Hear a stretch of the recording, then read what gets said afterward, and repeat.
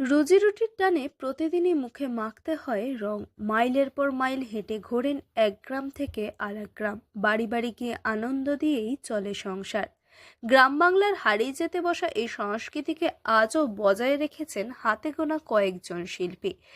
আজও তারা প্রতিদিন প্রায় আয় করেন 400 থেকে 500 টাকা।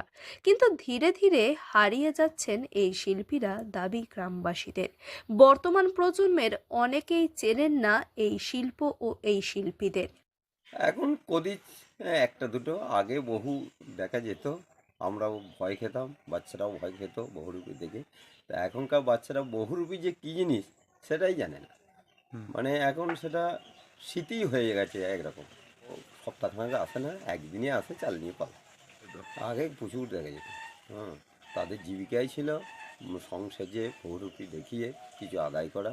কিন্তু এখন বর্তমান সরকার যা হোক সব রকম তো ব্যবস্থা করেছেন, যার জন্য বহুরূপীটাই এখনকার সন্তানরা কিছু জানে না যে বহুরূপী কী জিনিস।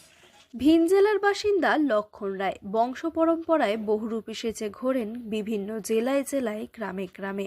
আর প্রতি বছরই আসেন পূর্ব বর্ধমান জেলার নানান গ্রামে, গ্রাম বাংলার এই সংস্কৃতিকে পৌঁছে দিতে ও উপার্জনের আশায়।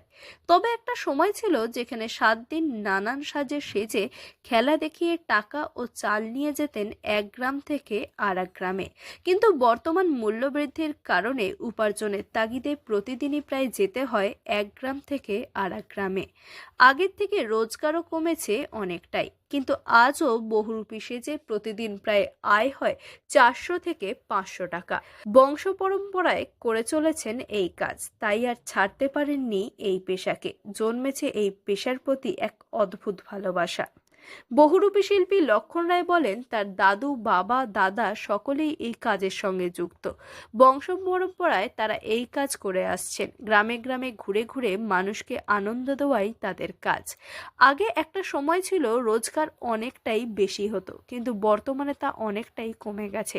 সারাদিনে এখন 400 থেকে 500 টাকা রোজগার হয়। এটা আমাদের জীবিকার, এটা আমার বাবা করতো, আমার দাদারা করে, আমাদের এটা জীবিকা, এটাই আমাদের সংসার চলে। আর আমরা সারা বছর করে এটাই খাই, যাতেই আমরা এই পলাশি গ্রামে এসেছি। আমাদের জীবিকার এটা আমাদের বাবা ঠাকুরদাদা সবাই আমাদের করে গেছে, সেটাই আমরা বহুরূপী এটা করছি। আমরা গ্রামে গ্রামে আমরা খেলা দেখাই, বহুরূপী যে আমরা দেখাই সব গ্রামে, যাতে আমরা ছেলেপুলেকে আনন্দ দিই। সবাই যাতে একটা হাসি খুশি মনে সবাই একটা সহায় করে, আমাদেরকে সহযোগিতা করে, যাতে এটাই আমাদের একটা মনের কামনা করি।